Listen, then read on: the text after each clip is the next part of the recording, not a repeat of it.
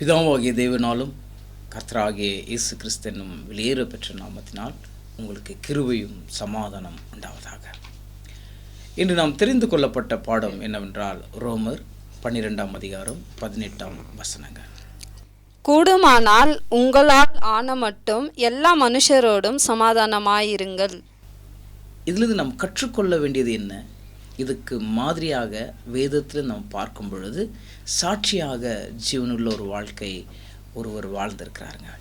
அவருடைய சாட்சியை நாம் அறிந்து அதற்குள்ளாக கற்றுக்கொள்ள வேண்டியது என்ன என்பதை நாம் இந்த பாடத்திலிருந்து கற்றுக்கொள்வாங்க.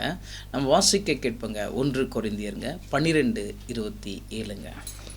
நீங்களே கிறிஸ்துவின் சரீரமாயும் தனித்தனியே அவயங்களாயுமாய் இருக்கிறீர்கள். என் அன்பு சகோதர சகோதரிகளே, கிறிஸ்துவுடைய அடிச்சோடலை பின்பற்றுகிற நமக்கு நாம் கிறிஸ்துவுக்கு கூறியவர்களாய் நடக்கும்படி அவர் சரீரத்திற்கு பங்குள்ளவர்களாய் நாம் இந்த பூமியில் நிலை கொண்டிருக்கிறாங்க. இயேசு கிறிஸ்து வாழ்ந்து நமக்கு முன்மாதிரியாய் காண்பித்து போயிருக்கிறாருங்க.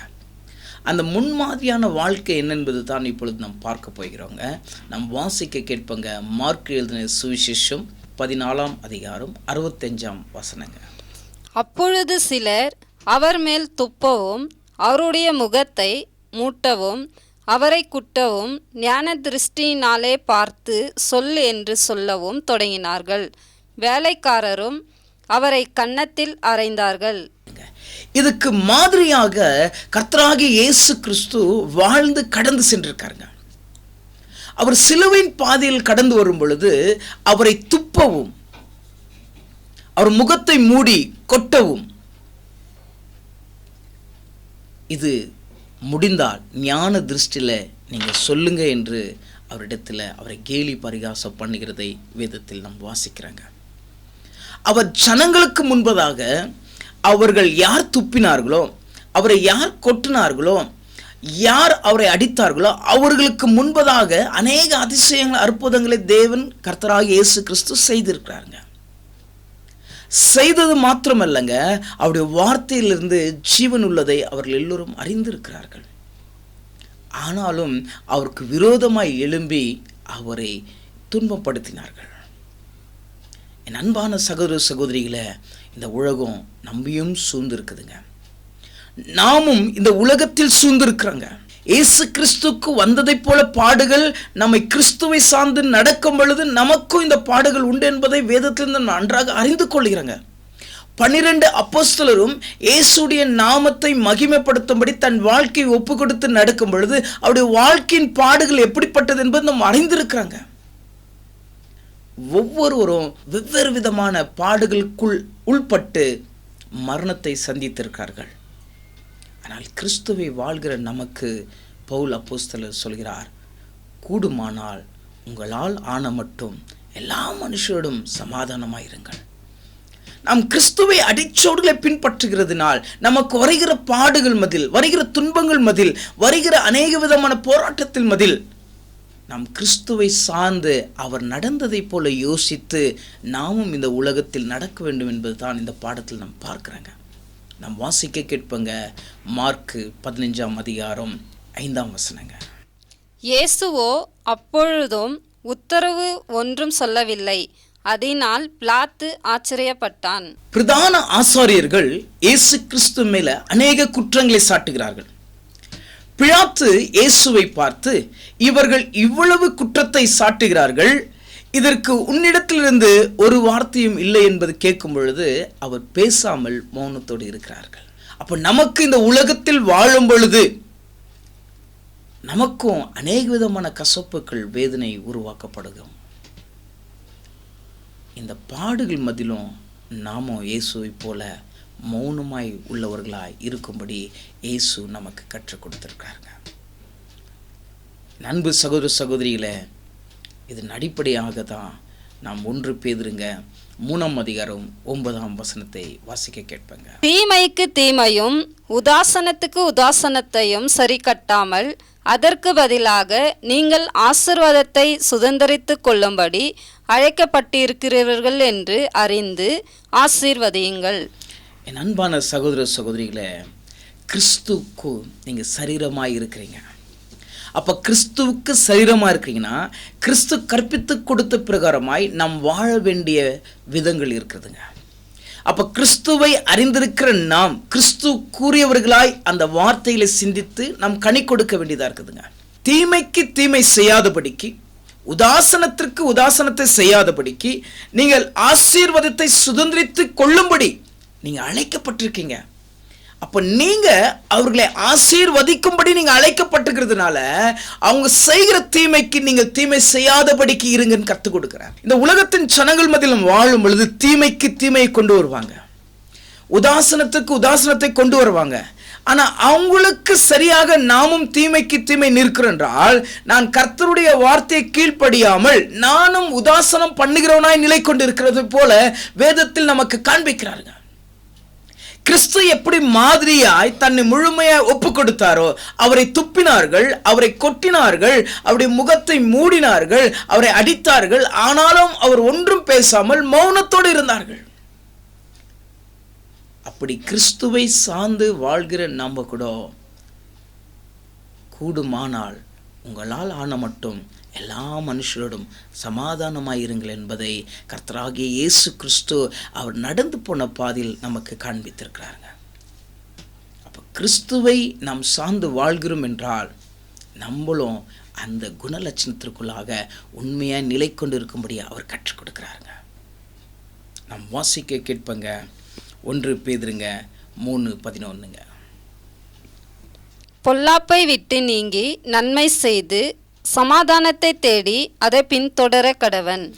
இந்த உலகம் பொல்லாப்பினால் நிறைஞ்சிருக்குதுங்க. இதுதான் இயேசு கிறிஸ்து வாழ்ந்த காலகட்டத்திலும் அங்கிருந்த ஜனங்களுக்குள்ள பொல்லாப்பு இருந்துச்சுங்க. ஆனா அவர் பொல்லாப்புக்கு அவங்க செஞ்சிருக்கிற காரியத்திற்கு அதுக்கு பதிலாக செய்யாதபடிக்கு நன்மையை செய்தாருங்க. இது கர்த்தராகிய இயேசு கிறிஸ்து அவர் நடந்து நமக்கு காண்பித்திருக்கிறாருங்க. அப்படி இந்த உலகத்தில் வாழ்கிற நமக்கு சொல்றாரு, இது பொல்லாப்பு நிறைந்த உலகங்க. ஆனா நீங்க பொல்லாப்பு செய்யாதீங்க, நன்மையே செய்யும்படி நீங்க நாடுங்க என்று கற்றுக் கொடுக்கிறாருங்க.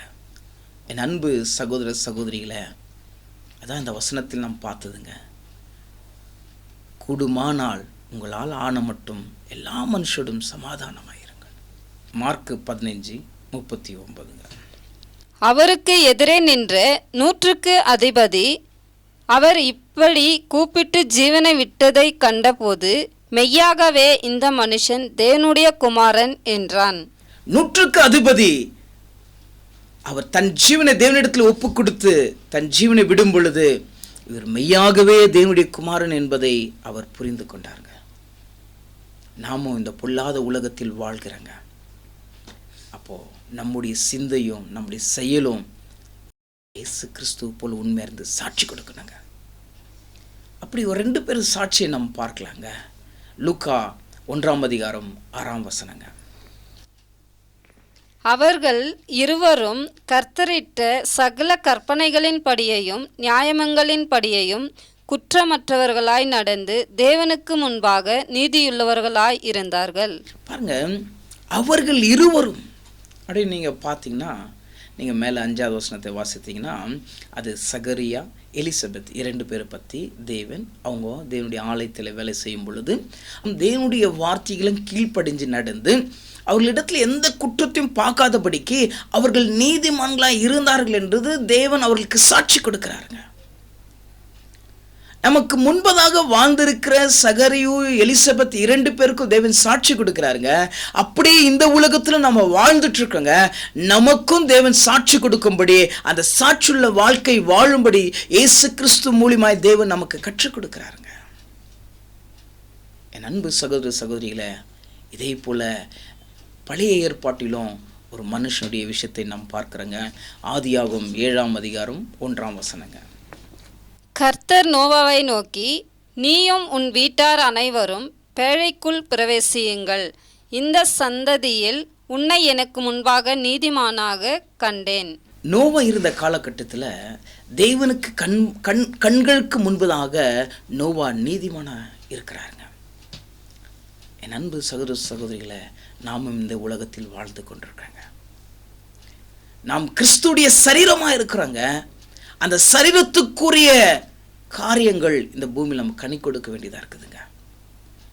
இயேசு கிறிஸ்து பிதாவுடைய சித்தத்தை முழுமையாக நிறைவேற்றி தன்னை ஒப்பு கொடுத்தாருங்க. நாம் கிறிஸ்துவர்களாய் வாழ்கிறதுனால பிதாவுடைய சித்தத்தையும் கர்த்தராகிய இயேசு கிறிஸ்துடைய சித்தத்தையும் நாம் நிறைவேற்றத்தக்கதாக நம்மளை ஒப்பு கொடுத்து இந்த பூமியில் கனி கொடுக்க வேண்டியதாக இருக்குதுங்க. அன்று சகரி எலிசபெத் கர்த்தருக்கு கண்களுக்கு முன்பதாக நீதிமான்களாய் காண்பித்தாருங்க. நோவா நீதிமானாக காண்பிக்கப்பட்டாருங்க. அநேகருடைய வேதத்தில் வாசிக்கும் பொழுது நீதிமான்கள் அநேகர் நிலை கொண்டு இருக்கிறார்கள். அப்படி நாமளும் கர்த்தரிடத்திலிருந்து சாட்சி பெற இந்த உலகத்தின் சனங்கள் மத்தியில் இவர்கள் நீதிமான்கள் என்று பேர் பெற உங்களுடைய நற்கனிகளும் இப்படி இருக்க வேண்டும் என்பதை வேதத்திலிருந்து தேவன் கற்றுக் கொடுக்கிறாருங்க. நாம் வாசிக்க கேட்பங்க 1 பேதுரு 3:12. கர்த்தருடைய கண்கள் நீதிமான்கள் மேல் நோக்கமாயிருக்கிறது, அவருடைய செவிகள் அவர்கள் வேண்டுதலுக்கு கவனமாயிருக்கிறது.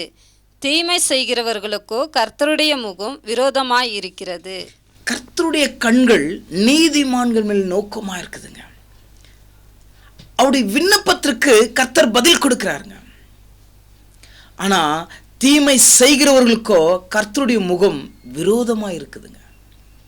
என் அன்பு சகோதர சகோதரிகளை, நாம் நீதிமான்களாக இருக்கிறோம் என்றால் நம்முடைய ஜெபத்திற்கு பதில் இருக்குங்க. அதான் கர்த்தராகிய இயேசு கிறிஸ்து சிலுவையில் சத்தமிட்டு தன் ஜீவனை விடும் பொழுது 100க்கு அதிபதியாக இருக்கிற மனுஷன் இவர் மெய்யாகவே தேவனுடைய குமாரன் என்பதை அறிந்து கொண்டாருங்க. அவர் நீதிமானாய் தன் ஜீவனை ஒப்பு கொடுத்து கடந்து சென்றாருங்க. பிதாவுடைய வலது பரிசுத்தத்தில் விற்றிருக்கத்தக்கதாக கடந்து சென்றாருங்க. அப்படிப்பட்ட அழைப்புக்கு நீங்களும் பங்குள்ளவர்களாக இருக்கிறீங்க.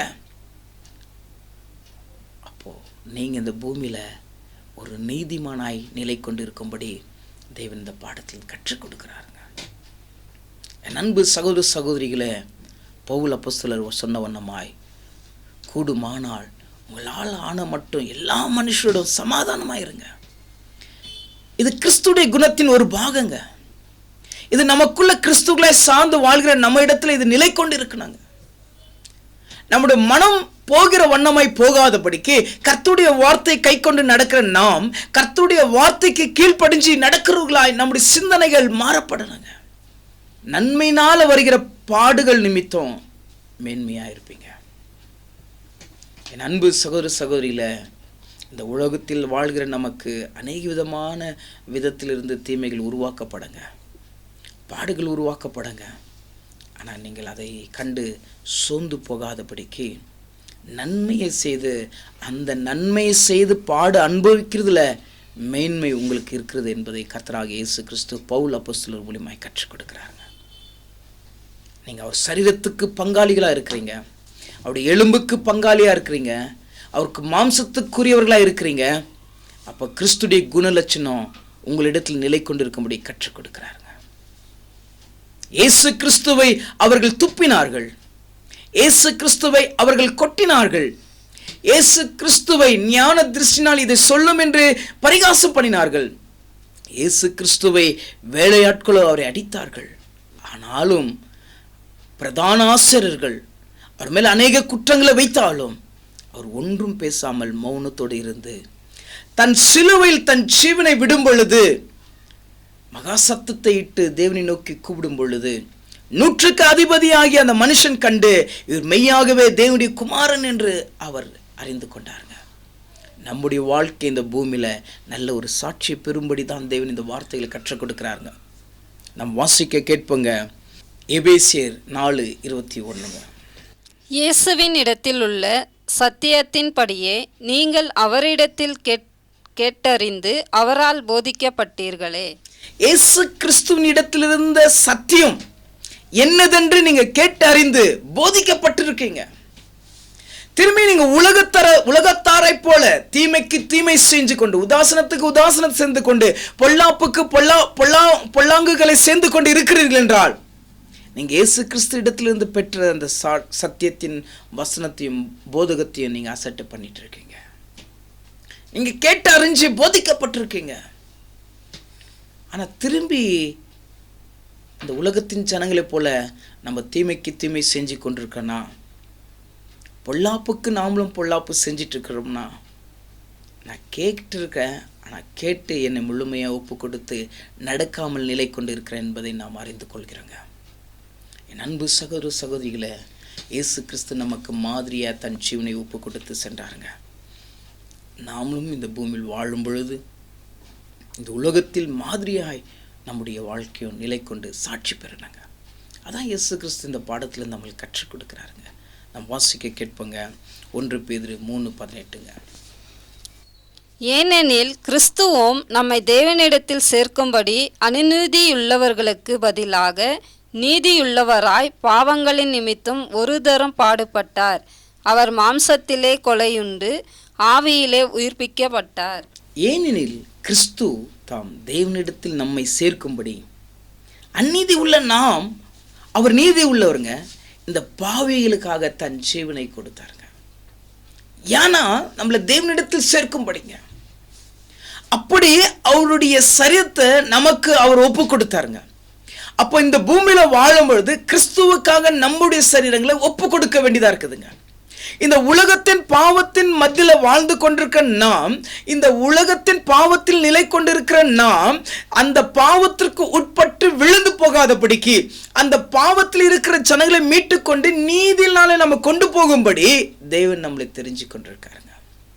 இயேசு கிறிஸ்து நம்மை தேவனிடத்தில் சேர்க்கும்படி அவரை முழுமையாக ஒப்பு கொடுத்தாருங்க. இந்த பூமியில் நம்மளும் தெரிஞ்சிருக்காருன்னா நம்ம மூலிமா அநேகருக்கு அந்த நீதியின் பாதையில் கொண்டு போகும்படி தேவன் கற்றுக் கொடுக்கிறாருங்க. என் அன்பு சகோதர சகோதரிகளை, இயேசு கிறிஸ்து நமக்காக தன் ஜீவனை கொடுத்தாருங்க.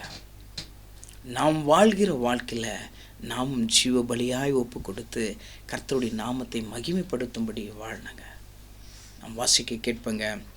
எபேசியர் 4:22.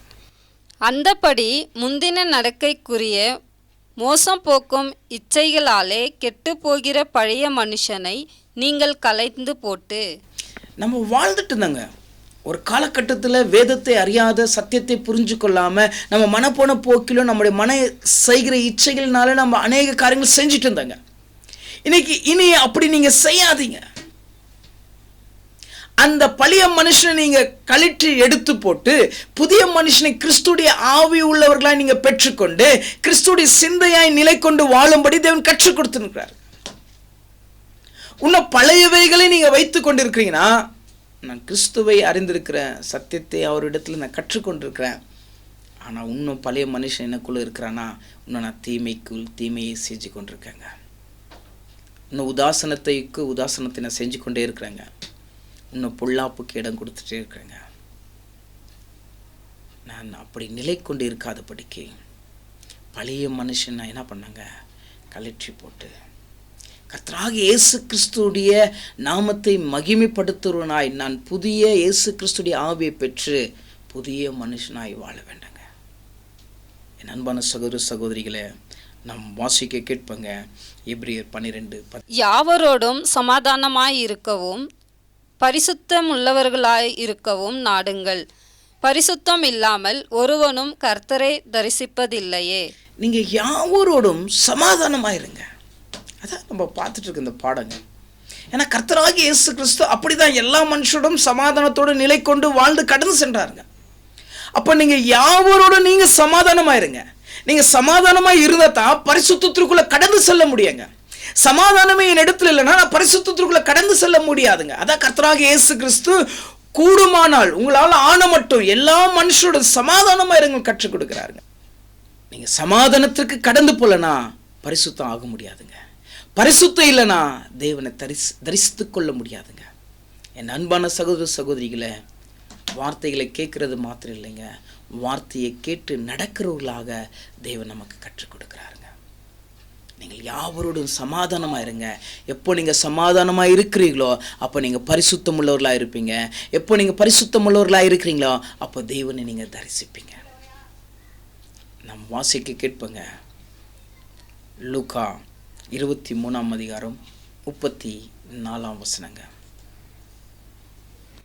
அப்பொழுது இயேசு, பிதாவே, இவர்களுக்கு மன்னியும், தாங்கள் செய்கிறது என்னதென்று அறியாது இருக்கிறார்களே என்றார். அவருடைய வஸ்திரங்களை அவர்கள் பங்கிட்டு சீட்டு போட்டார்கள். பாருங்க, அவரை துப்பினார்கள். முகத்தில் துணியை போட்டு அவரை கொட்டினார்கள். ஞான திருஷ்டினால் இதை சொல்லும் என்று அவரை பரிகாசம் பண்ணாங்க. வேலையாட்களோ அவரை அடித்தார்கள். எல்லாவற்றையும் செய்த மனுஷரை பார்த்து இவர்கள் செய்கிறது என்னதென்று அறியாமல் செய்திருக்கிறார்கள், இவர்களை மன்னியும் என்று சொன்னாருங்க. என் அன்பான சகோதர சகோதரிகளை, கிறிஸ்துவை சார்ந்து வாழ்கிற ஒவ்வொரு மனுஷனுக்கும் அநேக விதமான பாடுகள், போராட்டங்கள், அநேக சனங்கள் மத்தியிலும் அநேக விதமான போராட்டங்கள் எழும்புங்க. அது குடும்பத்தில் இருக்கலாங்க, சபையில் இருக்கலாங்க, சகோதர மத்தியில் இருக்கலாங்க. எப்படி வேணாலும் ஒரு மனுஷனுக்கு சோதனைகள் நேரிடுங்க. ஆனா இயேசு கிறிஸ்துவை போல இவர்கள் செய்கிறது என்னதென்று அறியாமல் செய்கிறார்கள் என்று அறிந்து நீங்க அவரை போல மன்னிக்க வேண்டும் என்பது தேவன் கற்றுக் கொடுக்கிறாருங்க. அப்படி மன்னிப்பு நம்ம இடத்துல இல்லைன்னா, நான் கிறிஸ்துவை பின்பற்றுகிறேன் ஆனால் கிறிஸ்தவனாய் வாழ மாட்டேங்கிறேங்க. அதான் 100க்கு அதிபதி இயேசு கிறிஸ்து சத்தமிட்டு தன் ஜீவனை விடும் பொழுது இவர் மெய்யாகவே தேவனுடைய குமாரன் என்பதை அறிந்து கொண்டாருங்க. ஏன்னா இந்த வார்த்தைகளை அவர் சொல்லும் பொழுது இவர் மனம் திரும்பினாருங்க. கர்த்தராகிய இயேசு கிறிஸ்து சபைக்கு அழகாய் ஒரு வார்த்தை சொல்றாருங்க. நம்ம வாசிக்க கேட்பங்க. 2 கொரிந்தியர் 13:11. கடைசியாக சகோதரரே, சந்தோஷமாயிருங்கள், நற்சீர் பொருந்துங்கள், ஆறுதல் அடையுங்கள், ஏக சிந்தையாயிருங்கள், சமாதானமாயிருங்கள். அப்பொழுது அன்புக்கும் சமாதானத்துக்கும் காரணனாகிய தேவன் உங்களோடு கூட இருப்பார். பாருங்க, ரொம்ப அழகாய் தெளிவுபடுத்துறாங்க. சகோதரர்களே, கடைசியாக நீங்க சந்தோஷமாயிருங்க. அப்படின்னா கர்த்தருடைய வார்த்தை எப்படி நமக்கு பிழை போட்டுறன்னா, நீங்க எப்பொழுதும் சந்தோஷமாயிருந்து நற்சீர் பொருந்துங்கள். அப்படின்னா நல்ல குணலட்சணங்களை நீங்க என்ன பண்ணிக்கோங்க, வைத்துக் கொள்ளுங்க. நீங்க எப்ப நல்ல குணலட்சணங்களை நீங்க வைத்துக் கொள்ளுகிறீங்களோ, எப்ப நல்ல குணத்திற்குள்ளாக நீங்க கடந்து போறீங்களோ, உங்களுடைய இருதயமானது ஆறுதல் அடையுங்க. உங்களுக்குள்ள நல்ல குணலட்சணம் எப்போ இல்லாத போதோ மன வருத்தம் உண்டாகுங்க. இயேசு கிறிஸ்து அப்படித்தான் பண்ணாருங்க சிலுவையில. இவர் செய்கிறது என்னதென்று அறியாமல் செய்கிறார்கள், இவர்களை மன்னியும் என்று பிதாவிடத்தில் ஒப்பு கொடுத்தாருங்க. அப்படி நம்ம இந்த பூமியில் வாழும் பொழுது கர்த்தரை முன்பதாக வைத்து நாம் கடந்து செல்ல வேண்டியதாய் கர்த்தர் கற்றுக் கொடுக்கிறாருங்க. நீங்கள் முடிஞ்ச அளவுக்கு சந்தோஷமாய் இருந்து நற்சீர் பொருந்தி ஆறுதல் அடையுங்க, ஏக சிந்தையாயிருங்கள், சமாதானமாயிருங்கள்.